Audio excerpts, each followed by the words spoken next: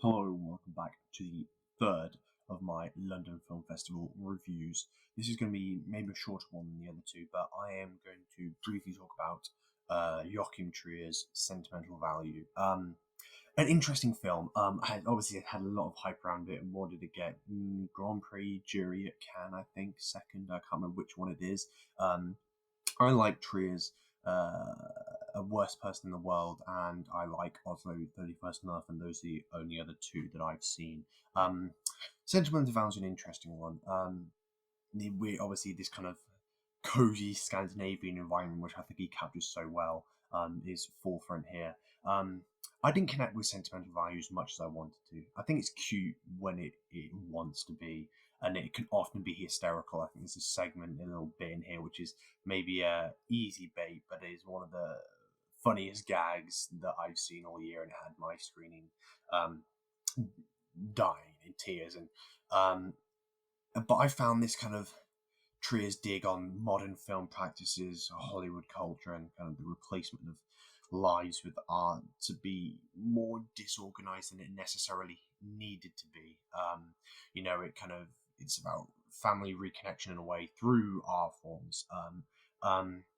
I think Trier does earn his sappiness more than most filmmakers nowadays. But this film kind of tonally sways back and forth, dealing with paternal, maternal, parental kind of ideologies and how we all this kind of flow of life that we reach a point where you feel like there's this inevitable reconnection.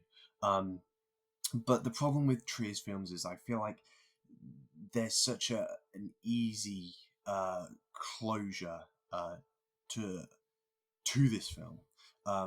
It kind of grinds to a halt when you get scenes that feel artificial, like it's forcing it to one particular ending that almost doesn't feel natural. And I feel like it leaves us a place by the end that is, it feels almost too comforting and too simple in its closure to really have that kind of lasting impact that I think it's trying to aim for, but never really does. It feels like it has this course that is almost too smoothly laid out for its characters, and yeah, its messiness concludes its character arcs in a fairly dry, emotional resolution, and I just found it just left in a place that was solid, but it never really had me fully delved into this connection between a family trying to draw back their lives together through art.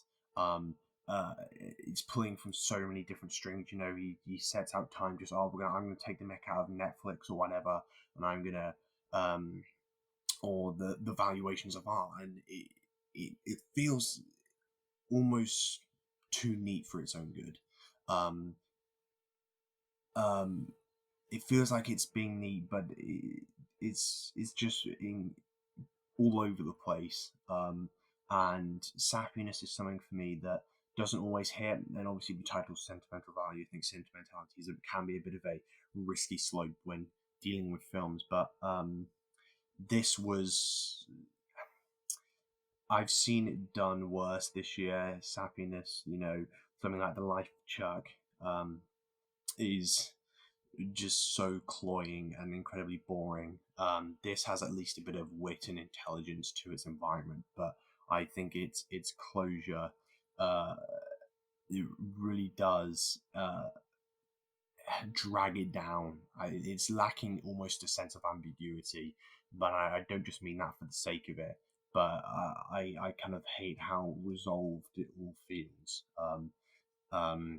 But yeah, one that people have been loving, but I just found this to be more dry than anything conflicting tension wise between its characters than it was aiming for.